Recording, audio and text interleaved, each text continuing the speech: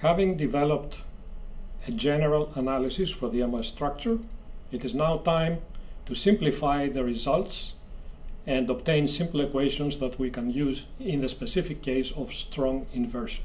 Let us first look at an MOS structure and the plot of the charge density, the electric field, and the potential versus Y.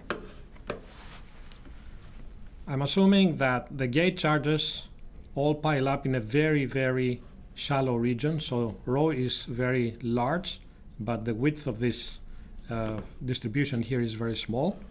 The same is true for the interface charge here. The electrons also exist in a very shallow region, actually called the charge sheet, shown here, and it's negative. And then you have a constant density of charges due to acceptor atoms that are ionized in the substrate like that. It's easy to show that the area under these things, this is the charge per unit area Qg prime, this is the effective interface charge per unit area Q0 prime, this is Qi prime, the inversely layered charge per unit area, and this is the depletion region charge per unit area Qb prime. So now you will recall that we can integrate the charge density, taking into account the permittivity, to produce the electric field, as we reviewed during our background review last week. So we start from a neutral point where there's no electric field, then we integrate this charge so the field goes up, and then we enter the oxide. As you go from the gate to the oxide, you go from a material of a certain permittivity here to a material of a different permittivity. So basic electrostatics show that there will be a jump in the field from here to there due to this fact. And again, you may have to review one of the appendixes in the book if you are not current with such things. Or if you want, you can take what I'm saying for granted. Now, in the oxide, there is no charge, so when you integrate, the field does not change. Then you reach the interface charge, so it goes up. The integral of this charge here, shown here, goes up by that. Then there's another jump. Why? Because you go from the oxide, which has a certain permittivity, to the semiconductor that has a different permittivity. So the ratio of the two permittivities will determine this jump over here. Then you integrate the inversely layered charge, go down like this. You integrate the depletion region charge like this, and so on. Finally, you take the integral of this with a minus sign and you get the potential. So the potential, since this is positive, goes down here like this, linearly, because this is a constant. And then over here, this linear variation gives rise to a quadratic variation like this. So this actually is the potential versus distance y, and we have seen it before. And we have said that the sum of oxide potential, surface potential, and contact potential difference is equal to VGB, the total gate body applied voltage. Let's now continue with inversion. First of all, in inversion, we're above depletion, so I will assume that CS is larger than the Fermi potential. And then the general equation I had shown you for the total charge in the semiconductor simplifies to this. We saw how it simplifies for the case of deep depletion. Now, if you do the same thing and you neglect very small terms in it, it turns out you get this. And this is an exercise that I would advise you to go through. So now we have the structure. The general charge in the semiconductor is split into two charges, inversion layer charge and depletion region charge, Qi and Qb. I'm going to assume that all of the inversion layer charges are piled up in a very, very shallow region. This is the so-called charge sheet approximation, as I have already mentioned. And that means that this depletion region is purely a depletion region without any other charge in it than the charges that I show here, immobile acceptor atoms. So we can use the same approximation for QB that we have used for p-n junctions in the p-type region of a p-n junction. We had derived this result. We can still use it for this case here. So now what is the inversion layer charge, Qi, which is in fact the charge that will be carrying current once this structure becomes part of an MOS transistor? Well, we know that Qi plus Qb is the total charge Qc.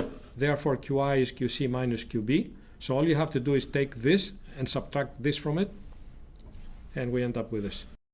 So finally, we have the inversion layer charge per unit area as a function of surface potential, Cs, which appears in these places. And of course, it depends on the permittivity of the semiconductor, and it depends on the substrate doping. This equation is crucial to us. It is general in the sense that it will predict the charge in inversion, meaning strong inversion, moderate inversion, and weak inversion. In special cases, such as strong inversion and weak inversion, this equation simplifies further, as we will see pretty soon. So now here is the same structure that we have been discussing, a repeat of the equations I showed you for Qb and Qi. Let's plot these quantities. Here's the result. This is the surface potential. This is the bulk charge Qb, like this. It goes as the square root of Cs. That's why it has this shape. Qi, in the beginning, is very small because this term is very small, and this root of Cs cancels this root of Cs, so it starts with practically 0, and then eventually the exponential takes off, and Qi really takes off like this. The total charge Qc is the sum of Qb plus Qi, so you see it over here. So practically, the total charge coincides with the depletion region charge for low surface potential values, and becomes practically equal to Qi for large surface potential values. Now, I will not go through a detailed discussion of the properties of this plot, but I will only mention that before this really takes off, you have the weak inversion region. After it really takes off and has a large slope, you have the strong inversion region, and in between, you have the moderate inversion region. These regions can be defined precisely, and I will say something about this a little later. So what do we have now? We have the potential balance equation that we have written before. We have the charge balance equation, which now we write as gate plus interface plus inversion layer plus depletion region charge add up to 0. We still have the linear relation between the gate charge above the oxide and the oxide potential. We have the bulk charge, which is proportional to the square root of the surface potential. All of that we have shown. And finally, we have the equation for Qi prime, the inversion layer charge per unit area, which we have shown is given by this. These equations are fundamental in inversion. There are 5 equations in 5 unknowns. What are the unknowns? The oxide potential, the surface potential, the gate charge, the bulk charge, and the inversion layer charge. So in principle, you have enough information to solve for any of this. But again, this one complicates things in that this equation cannot be solved explicitly for CS. Nevertheless, we can use these equations to derive some useful results. This is one of them. So by eliminating certain unknowns here, playing with these equations, it's very easy to end up with this. This is now an equation relating the surface potential to the externally applied gate body voltage. You can solve for it, but not analytically. You have to do it numerically. And another equation you can derive by playing with these equations is this one, that gives you the inversion layer charge in terms of VGB and CS. We will have use for both of these equations pretty soon. They will make our life easier in discussing inversion and, in fact, particular regions of inversion. The same structure shown here, the same equation I just derived shown here, and here is a plot. This is the surface potential versus VGB. As you raise VGB, you go from depletion to weak inversion, then you go to moderate inversion, and then you go to strong inversion. And again, these limits can be defined precisely.